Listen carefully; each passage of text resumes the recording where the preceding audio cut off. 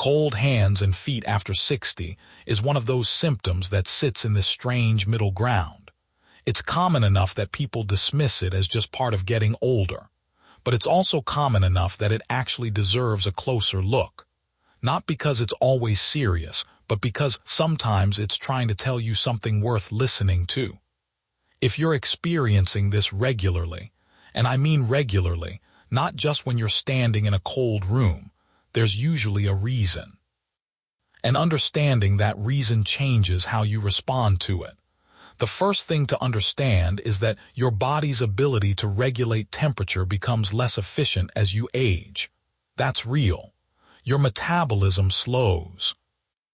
Your body's thermoregulation, the system that keeps you warm, doesn't respond as quickly as it did when you were younger. So cold hands and feet become more noticeable. But here's the thing. If it's just a slower response to cold, you'd expect it to warm up quickly once you move around or add layers. For many people, it does. That's usually fine.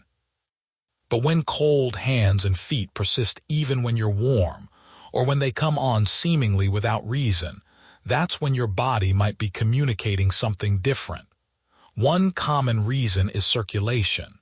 As we age, our blood vessels naturally become less flexible. Blood flow to extremities can become reduced. This is especially true if you've spent years with lifestyle factors that affect circulation, things like smoking, a sedentary routine, or diet patterns that accumulate over decades. Poor circulation doesn't just make your hands and feet cold.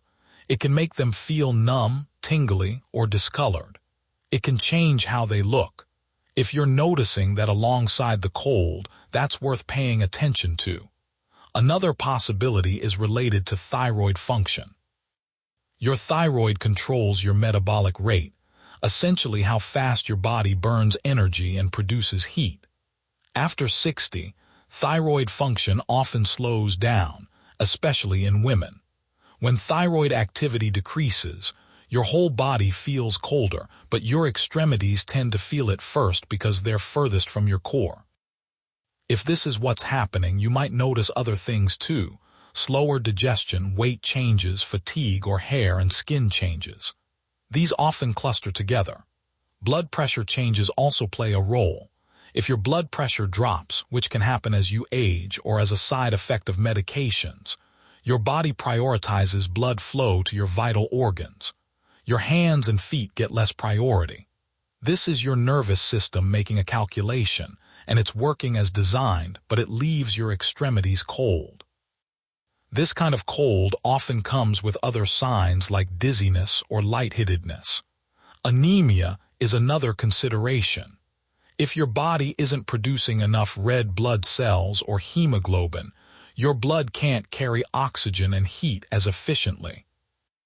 Anemia in older adults sometimes develops quietly, without obvious symptoms except fatigue and cold extremities. It's worth knowing about because it's very treatable. Then there's blood sugar. Diabetes or prediabetes can damage small blood vessels and nerves over time. This is called neuropathy.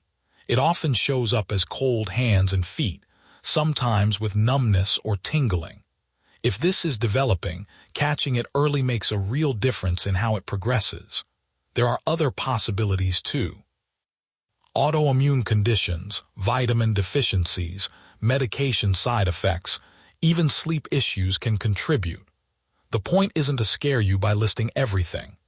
The point is that cold hands and feet, when they're persistent and not explained by being in a cold environment, usually have a cause. And most causes are either very manageable or worth knowing about. Here's what I think matters most. This symptom is information. Your body is telling you something about how it's functioning. The question is whether you should investigate that information or leave it alone.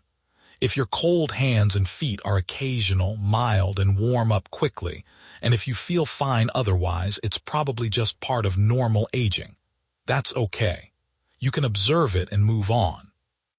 But if it's frequent, persistent, or getting worse, or if it comes with other changes, color changes, numbness, tingling, pain, or swelling, then it's worth a conversation with your doctor. Not necessarily because something is seriously wrong, but because your doctor can actually determine what's happening. A simple blood test can check thyroid function, anemia, blood sugar. An examination can assess circulation. Sometimes a quick conversation reveals it's a medication side effect that can be adjusted. Other times it identifies something that needs attention. The thing about getting older is that you develop this accumulated wisdom about your own body. You know what's normal for you and what isn't. Trust that instinct. If this feels different, if it feels like something shifted, that's worth exploring. If it feels like the same consistent thing you've had for years and it doesn't bother you, that's different. What also helps, regardless of the cause, is maintaining circulation naturally. Movement matters. Even gentle movement, walking, stretching, swimming, keeps blood flowing. Staying warm matters too. Layers help. Avoiding prolonged sitting helps. Staying hydrated matters. Eating well matters. These aren't cures for underlying conditions, but they're the foundation that supports whatever your actual situation is. If you do decide to talk to your doctor about this, it helps to be specific. Tell them how often it happens, when it started, whether anything makes it better or worse, whether you have numbness or color changes, and whether anything else has changed. That context actually helps them narrow down what's happening much faster than just saying, "My hands and feet are cold." The reason I'm emphasizing this is because cold hands and feet in older adults often gets dismissed as inevitable. You're just getting older. And sometimes that's true. But sometimes it's your body giving you useful information.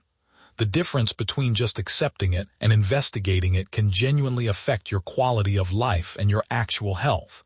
And it often costs nothing but a conversation with your doctor. You don't need to panic about this. You don't need to assume the worst. But you also don't need to ignore it if something feels off. There's a middle path, and it's just paying attention and being willing to investigate when something doesn't feel right. If you found this helpful, I'd appreciate it if you'd consider subscribing.